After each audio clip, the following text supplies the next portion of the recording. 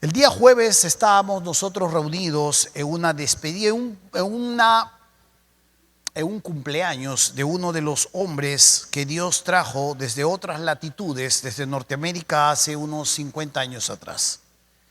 Estábamos celebrando el cumpleaños de este varón y a su vez acordándonos acerca de todo el trabajo y toda la labor que él ha cumplido durante tantos años. Mientras estábamos en esa iglesia allí en Los Olivos, la iglesia de Palmas Reales, recordaba también cuántos años habían pasado y cuántas veces también había rechazado en muchas oportunidades la invitación de asistir a esa iglesia. Era mi barrio, siempre he vivido por ahí y estaba a una cuadra de la iglesia, pero casi nunca entré a esa iglesia. Pero una vez que hemos pasado, conocíamos a sus hijos, los mirábamos desde lejos porque esa iglesia tiene un patio amplio. Y ahí sus hijos más o menos de mi propia edad también iban, trabajaban, acompañaban a sus padres y los hemos visto crecer como nosotros también fuimos creciendo, pero en el otro lado de la historia, en el lado oscuro. Sin embargo, han pasado muchísimos años, Dios ha tenido misericordia de muchos de nosotros en ese barrio y hemos llegado a la salvación y Dios nos ha permitido seguir pues avanzando en esta vida. Pero recordaba mucho a este hombre y el honor que le estaban dando porque merecía honor. La Biblia dice honor al que merece honor, hay que dárselo. Y una de las cosas era poder renunciar a muchos de sus propios sueños, poder negarse a algunos beneficios para su propia persona y dejar atrás familia, dejar atrás todo y venirse con su esposa y sus hijos muy jóvenes o muy niños a trabajar en este lugar donde no era su país y donde definitivamente no encontraba pues también las facilidades que le puede dar su propia nación. ¿Qué impulsaba a este hombre el poder responder a ese llamado, a esa invitación? ¿Qué elementos habían en el corazón de este varón para poder responder a una invitación que le hacía Dios solo en él, a su propio corazón, en su interior, para poder traspasar su vida a un lugar donde ha visto crecer a sus hijos, se ha vuelto abuelo y ahora vuelve a su tierra? En algunas oportunidades nosotros llegamos a conversar y me decía que él amaba más el Perú y estar en el Perú que ir hacia su propia tierra, pero ahora ya tiene que volver, se ha jubilado y ahora él ya vuelve hacia su tierra.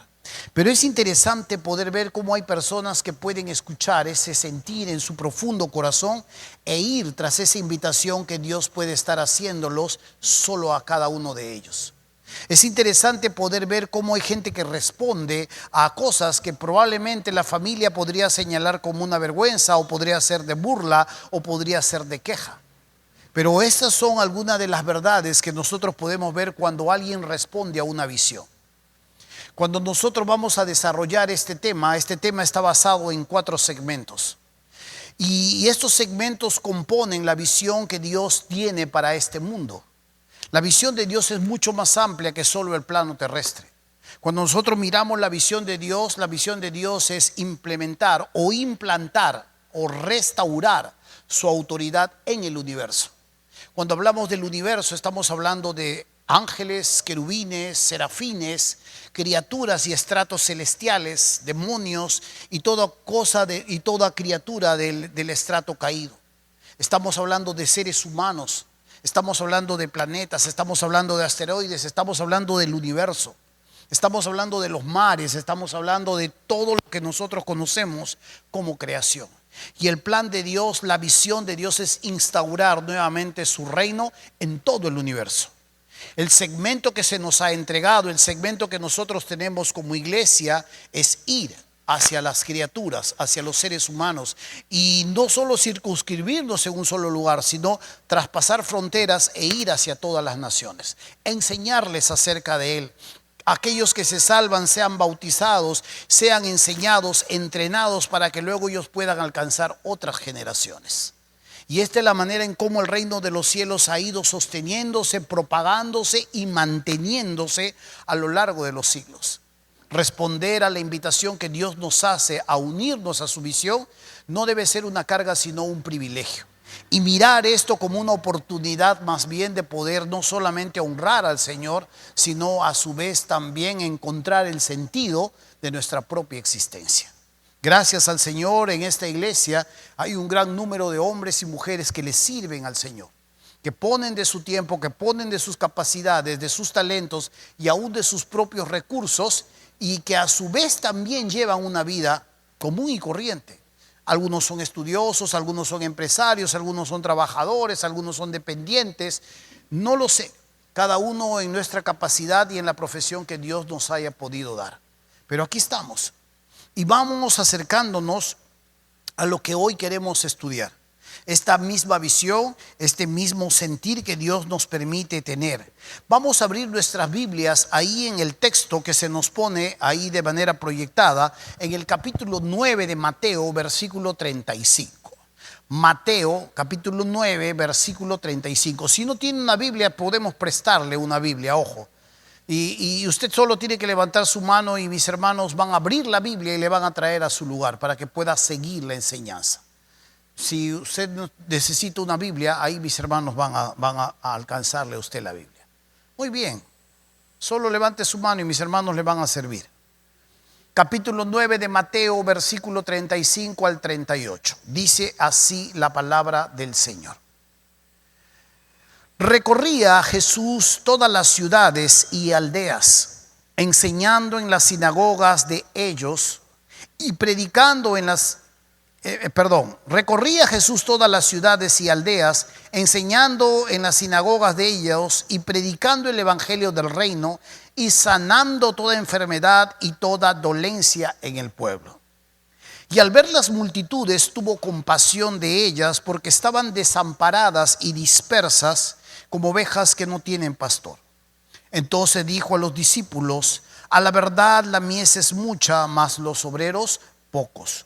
Rogad pues al Señor de la mies que envíe obreros a su mies. Durante estas cuatro versículos o esta porción, durante estos domingos nosotros vamos a desarrollar la enseñanza que tenemos en todo este segmento. Esta enseñanza nos va a permitir sentar las bases para la próxima serie que vamos a trabajar juntos como iglesia, que está basado en un libro de Gregory Ogden, el discipulado que transforma se llama, y que va a ser implementado como parte de las metas dentro de lo que es la visión de la iglesia aquí en Puente Piedra. Pero no tengo ánimo de adelantarme, sino sentar las bases de lo que vamos a ir aprendiendo a lo largo de unos 8 domingos juntos y entender acerca de por qué hacemos lo que hacemos y de por qué tenemos las iniciativas que tenemos y por qué creemos en todo lo que hacemos. Para poder entender un poco este verso, estos 4 versos que se nos están entregando aquí en la Biblia, es necesario entender el contexto. El contexto tiene que ver con lo que nosotros comprendemos, qué es lo que rodea toda esta historia. En el capítulo 9, Jesús ha estado mostrando sus credenciales. Él está mostrando que es el Señor de la muerte, que Él puede tener autoridad sobre la muerte. Si le da la gana, Él puede resucitar muertos. Ha estado mostrando que Él es el Señor sobre toda la oscuridad, que Él es luz. Ha estado mostrando a su vez que Él es el Señor sobre los demonios, que no hay demonio que se le pueda oponer. En este capítulo 9 Él está mostrando sus credenciales. Y estas credenciales era necesario que se muestre porque esta era la manera en cómo Él se daba a conocer y autentificaba su identidad. La manera en cómo el Mesías que estaban esperando ellos llegara tenía que tener estas credenciales.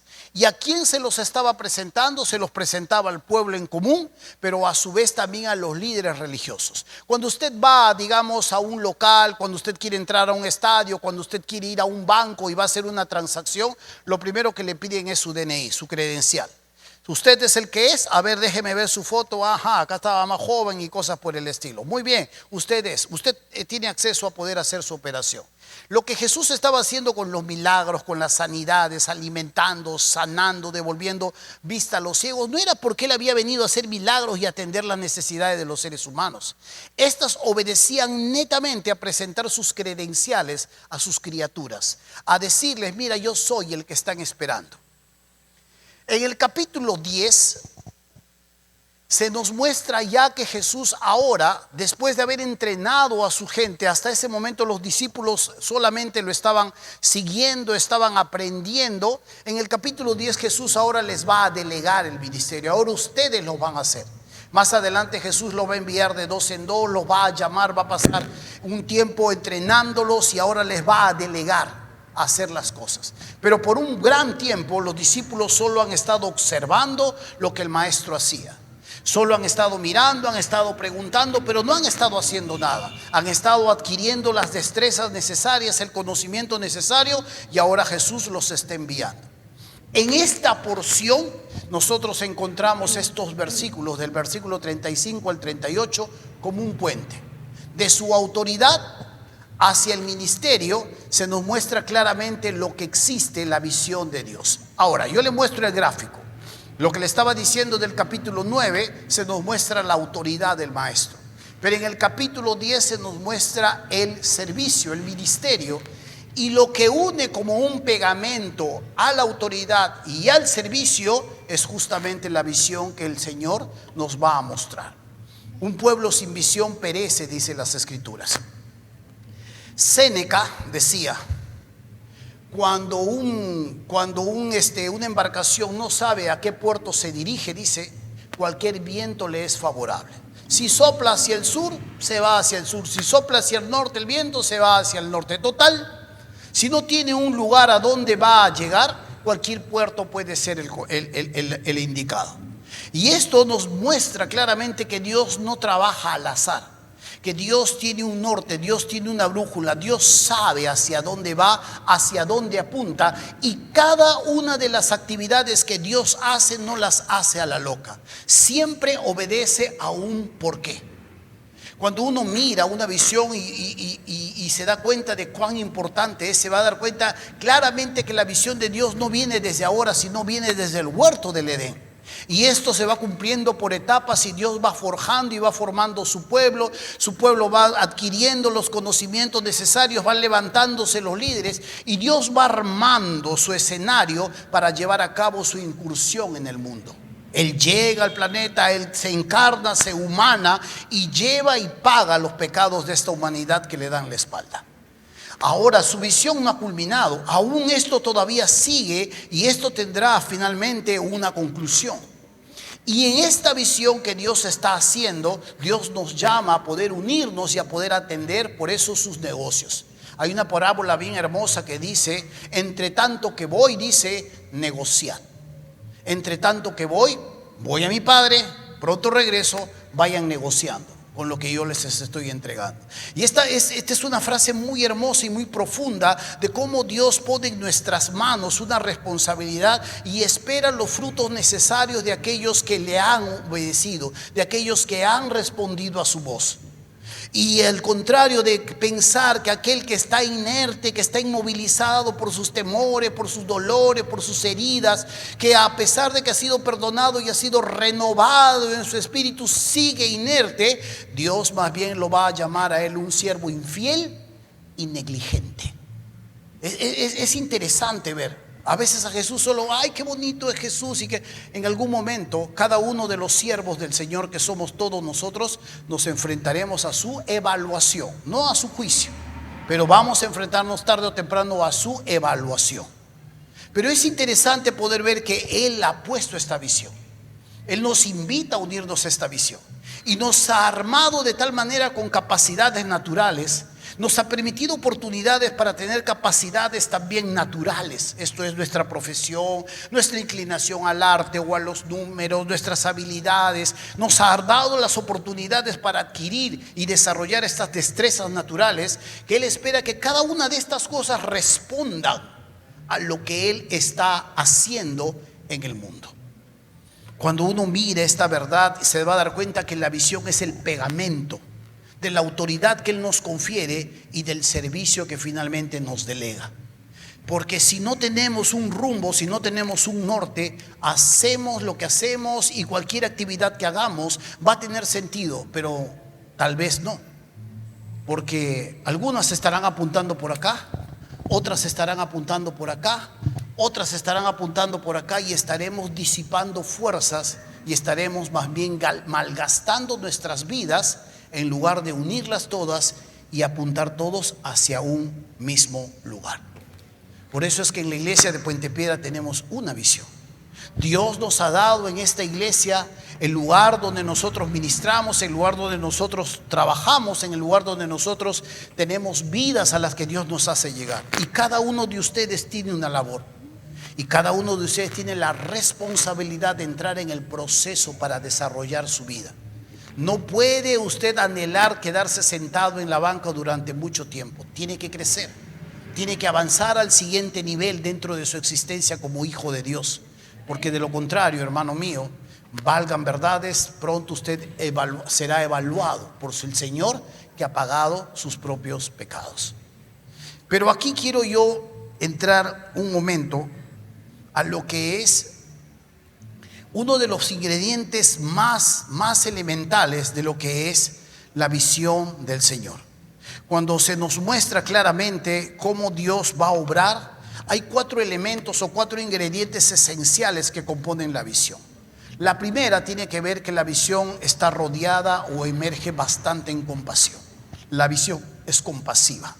El texto nos dice en el versículo 36, versículo A, la primera parte dice: al ver las multitudes tuvo compasión. A su vez, la visión tiene un segundo elemento que es inclusiva. Aunque esta palabra inclusivo ha sido manoseado hasta el cansancio, es una realidad dentro de la visión. Todos. Esto no es un segmento de las personas. Esto no es un estrato social económico, es todos.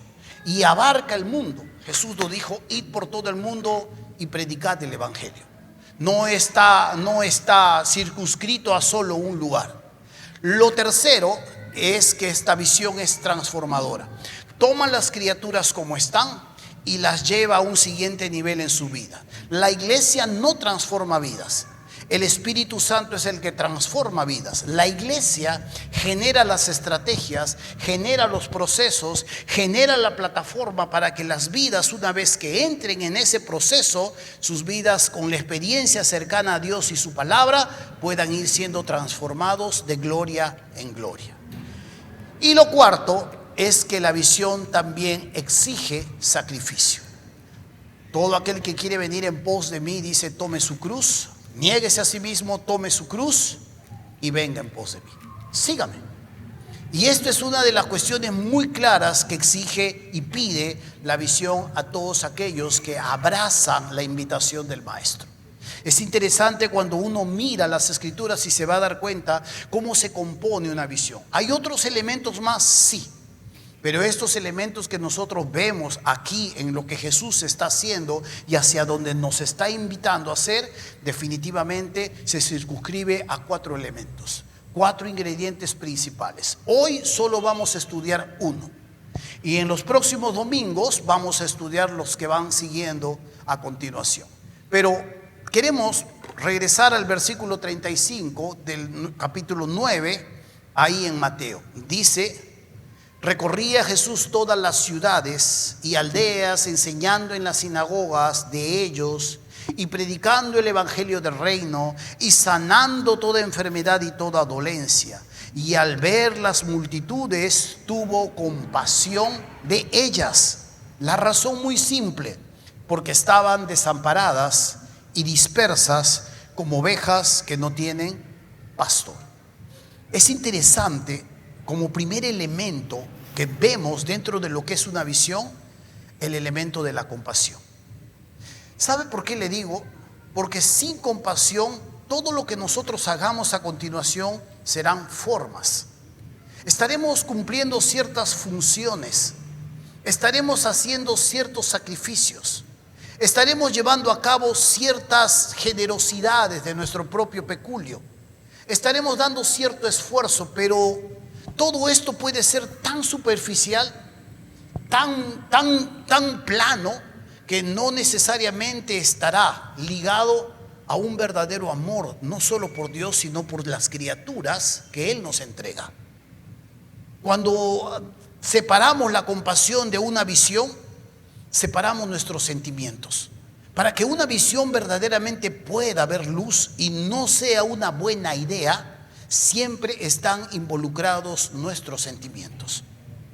Tú puedes salir a la calle, ver a una niña que están jugando en la calle, le falta zapatos, y tú puedes mirar y dices, oh, mira esa niña, oh, pobrecita.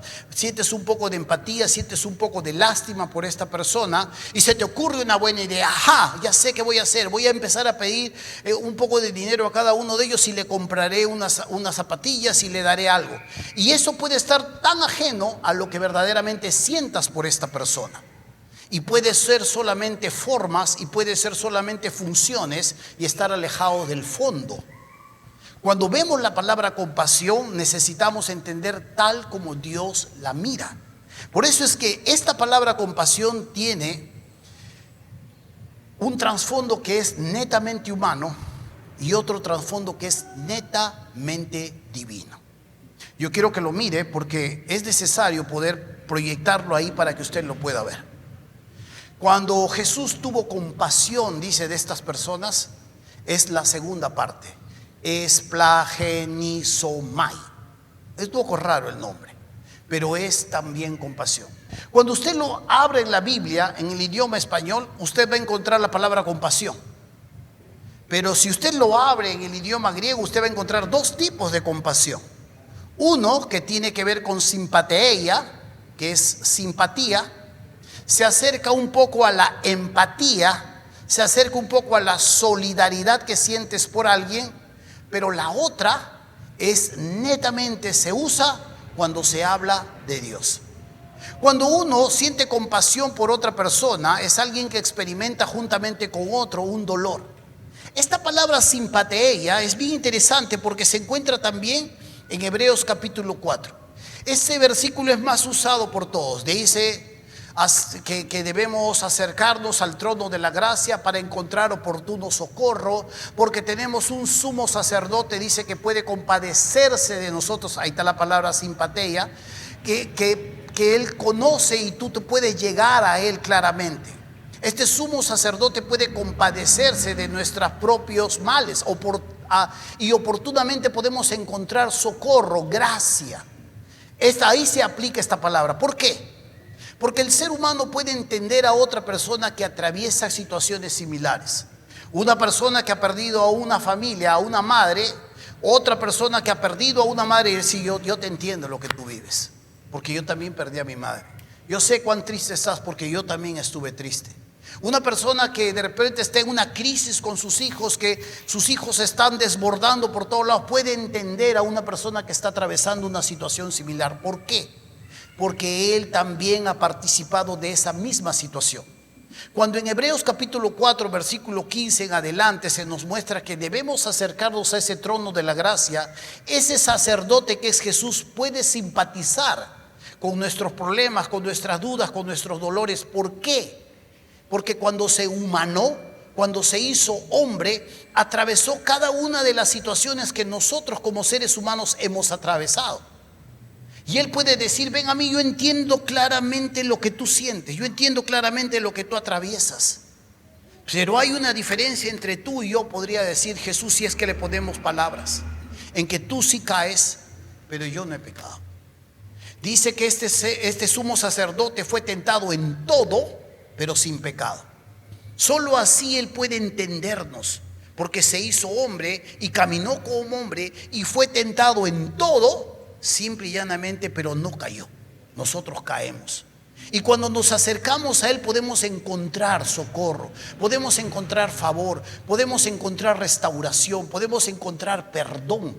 Lo sabe. Pero la otra palabra, la que nosotros vemos en segundo lugar, es una compasión que netamente se circunscribe a lo divino.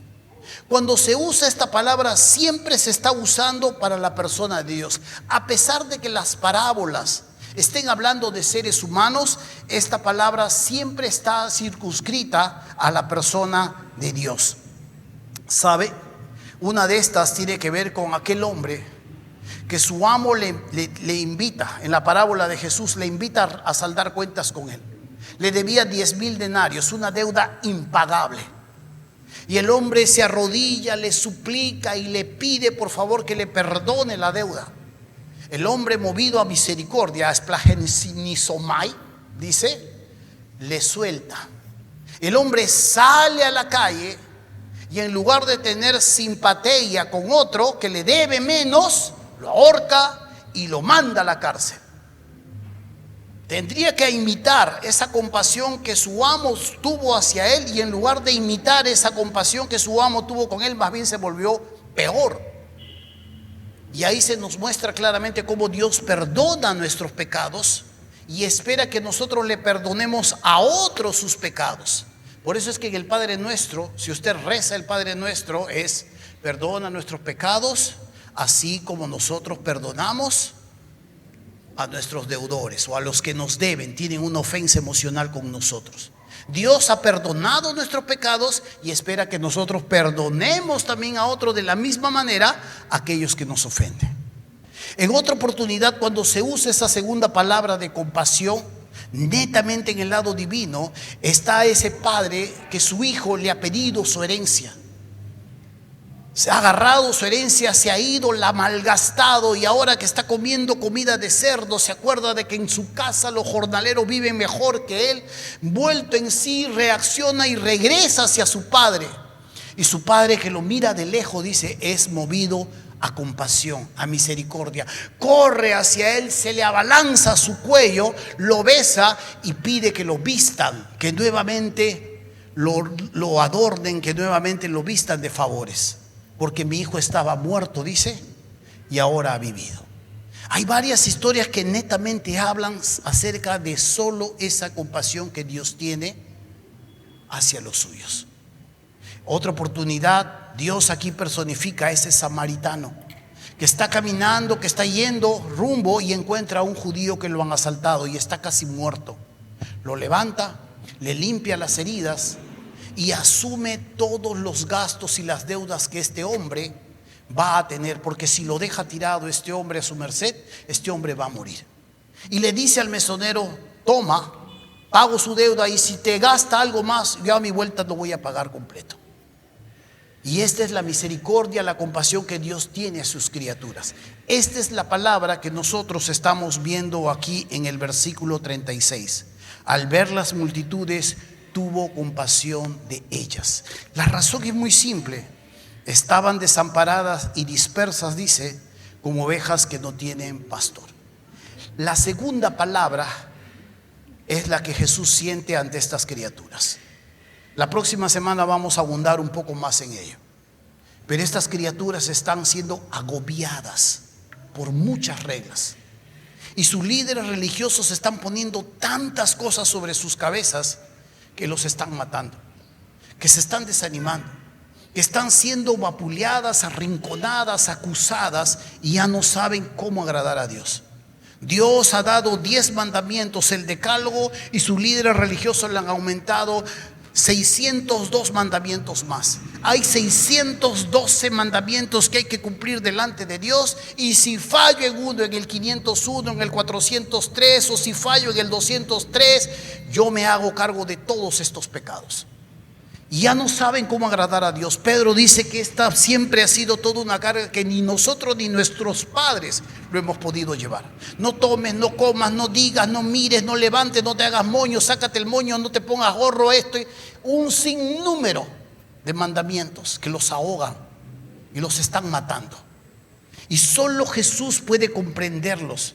¿Sabes por qué? ¿Por qué implica esta compasión? Esta compasión que Jesús siente hacia ellos es que va más allá de la empatía. Oye, yo entiendo lo que tú vives, me pongo en tu lugar, porque yo también en alguna oportunidad he pasado eso. La compasión que siente Jesús es que Él sondea hasta lo profundo de esta criatura y sabe exactamente lo que siente, cómo duda, lo que anhela, su temor, su llanto, lo secreto más profundo de su corazón. Él lo puede sondear. Por eso es que esa segunda palabra de compasión es netamente divino, porque acá está usando un atributo que se llama la omnisciencia. Él puede ir y sondear todos estos corazones. En este momento está sucediendo algo súper milagroso, más allá de lo que nosotros podemos entender. Mira las multitudes y en un momento ha sondeado los corazones de todas estas personas. ¡Bum! ¡Bum! Las ha barrido, ha entrado en lo profundo de su corazón de cada una de ellas y sabe exactamente lo que siente. Sabe exactamente cómo se sienten, sabe exactamente lo que temen, sabe exactamente lo que están atravesando. Esto es lo que vimos la semana pasada de la viuda que estaban llevando el féretro. Él sabía exactamente lo que la viuda estaba perdiendo y pudo sondear en lo profundo de su corazón. Es por eso que cuando hay una mujer que lo toca, poder sale de él y dice: alguien me ha tocado. Sabe exactamente lo que esta mujer sentía por tantos años, el dinero gastado, la frustración de seguir sangrando y de no ver la solución a su propio problema. Él lo sabía. Esta es la palabra compasión, que es solamente nivel Dios. A nosotros no podemos tener ese tipo de compasión, esa compasión que puede sondear hasta lo profundo del ser. Por eso aquí haciendo una pausa,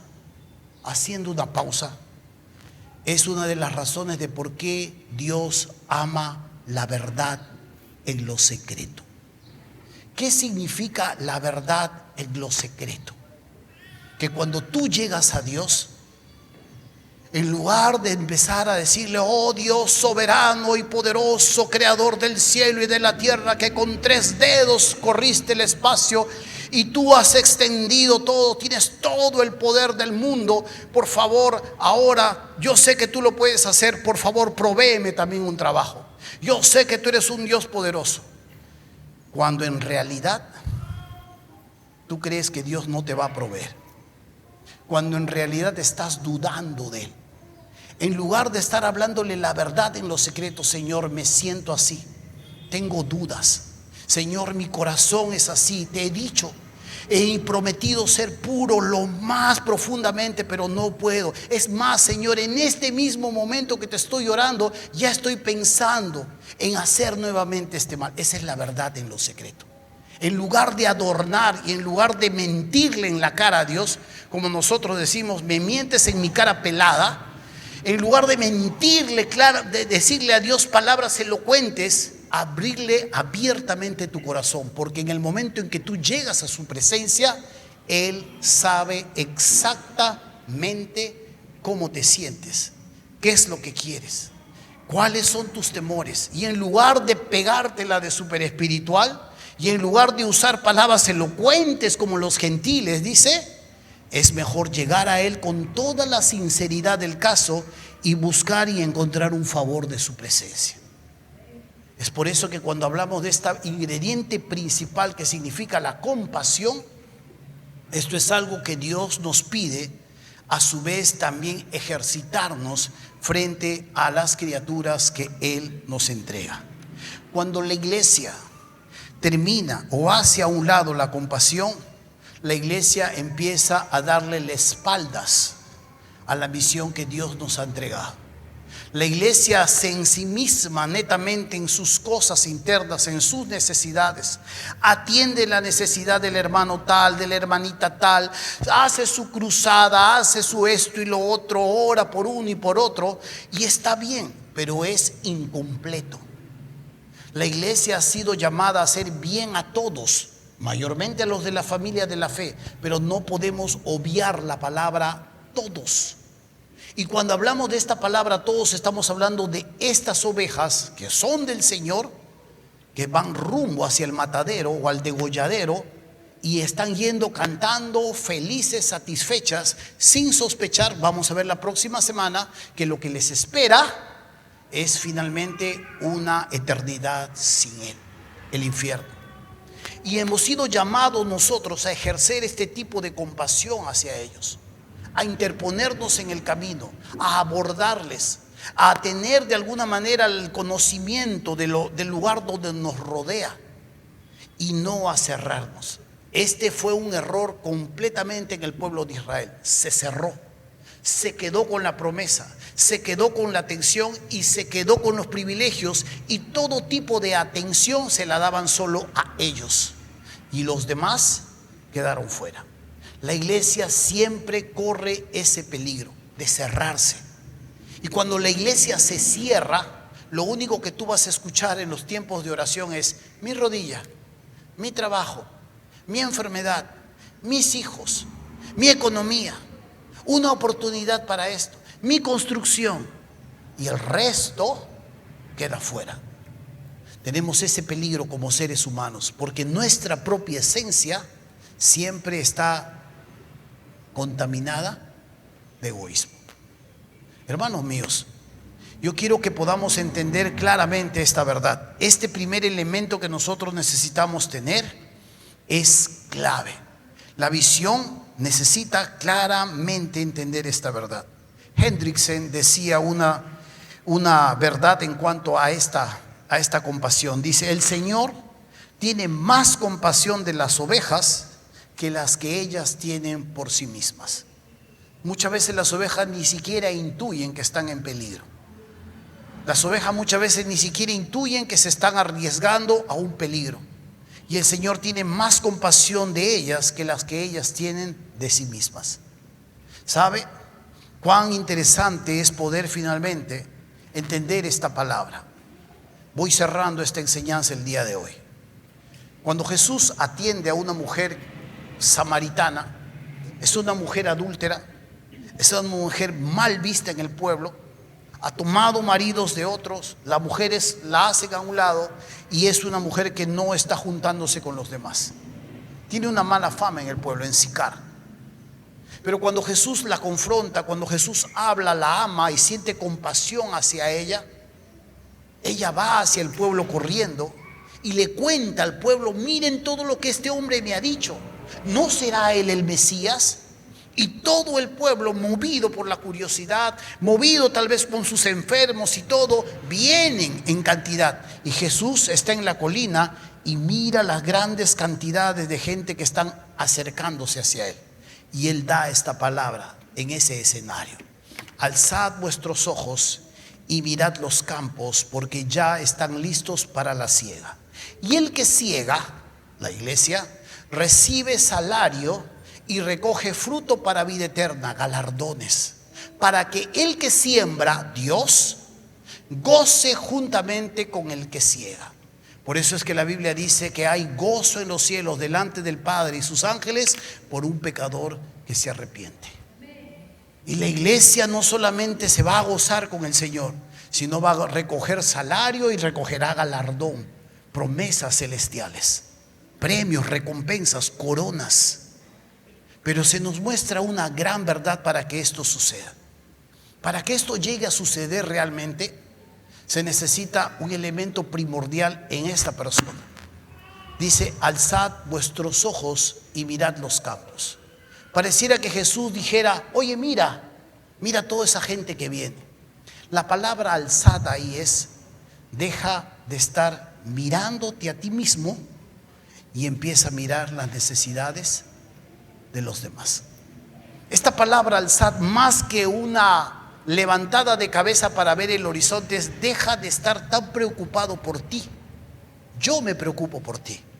Mira el horizonte. Hay un sinnúmero de necesidades y quiero invitarte a que tú seas parte de esta cosecha.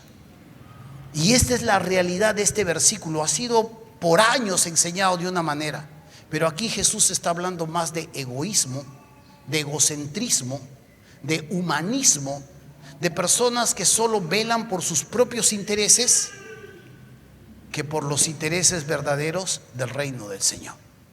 La próxima semana vamos a abundar un poco más, pero es bueno que nosotros entendamos que el primer elemento para echar a andar y sostener una visión, para tener autoridad espiritual y para ver el ministerio que hacemos del Señor, visitado y bendecido por el Señor, necesitamos siempre el pegamento de la visión. Una visión es el combustible para que todo esto se eche a andar.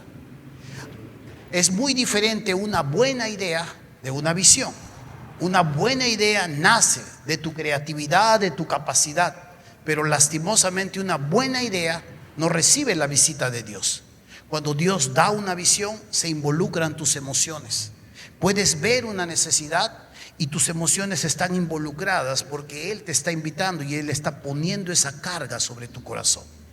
Ir hacia ella, atender el segmento que Dios entrega en nuestras manos, es algo que no tiene ningún tipo de comparación. A lo largo de estos 2 domingos hemos estado viendo cómo Dios ha estado salvando personas. El primer domingo en la noche se han convertido jóvenes. El segundo domingo en la noche se han convertido adultos. Y este domingo en la noche hemos tenido una fuerte guerra espiritual. Yo sé que tal vez tú no tienes invitados para traer y es por eso que te has quedado viendo en tu casa Panorama, tal vez no. Tal vez has estado haciendo algunas cosas más importantes. Pero si tú no tienes invitados, necesitamos tus rodillas, porque atravesamos un momento difícil y lo dijimos antes de que inicie esta serie. No somos nuevos en la evangelización. Hemos parado la evangelización y estamos corriendo el peligro de enamorarnos tanto de nosotros mismos que vamos a dejar afuera a los que Dios nos está enviando. Y es un buen momento para poder interceder, para doblar rodillas, para venir, tal vez no en la sala, pero sí en uno de los pisos del edificio, unirte a aquellos que están orando, pedir al Señor para que el entendimiento de estas personas se abra, porque muchas veces ni siquiera lo comprenden y ni siquiera lo entienden. Pero Dios es bueno y siente compasión más allá de lo que ellas pueden sentir por sí mismas. Así que vamos a proseguir con todo esto.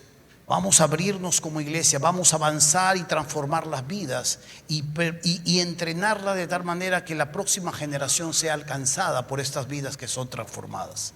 Pero mientras tanto, necesitamos levantar nuestras cabezas. ¿Tienes dolores?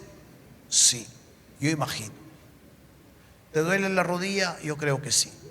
¿Estás atravesando alguna situación económica? Yo creo que sí. Bueno, es parte de los seres humanos, creo. Desde que nacemos empezamos a morir. Nuestro cuerpo se enferma. Y no digo que niegues tu enfermedad, pero creo que hay cosas que tenemos que echarlo sobre el hombro, tomar nuestra cruz e ir con Cristo. Porque no va a haber el tiempo ideal, donde no tengas ningún tipo de problema, donde todas las cosas estén pero tan a pedir de boca, que ahí recién puedas ir con el Señor. Olvídate, eso nunca va a suceder. Así como estás, así las cosas que atraviesas, tú tienes al Señor de tu lado. Las otras personas lo tienen al diablo. Necesitamos incursionar en el territorio y arrebatar almas a aquel que las está destruyendo. Y necesitamos traerlas, discipularlas, entrenarlas, enseñarlas y luego enviarlas a que puedan ganar otras almas, así como los ganaron también a ellos.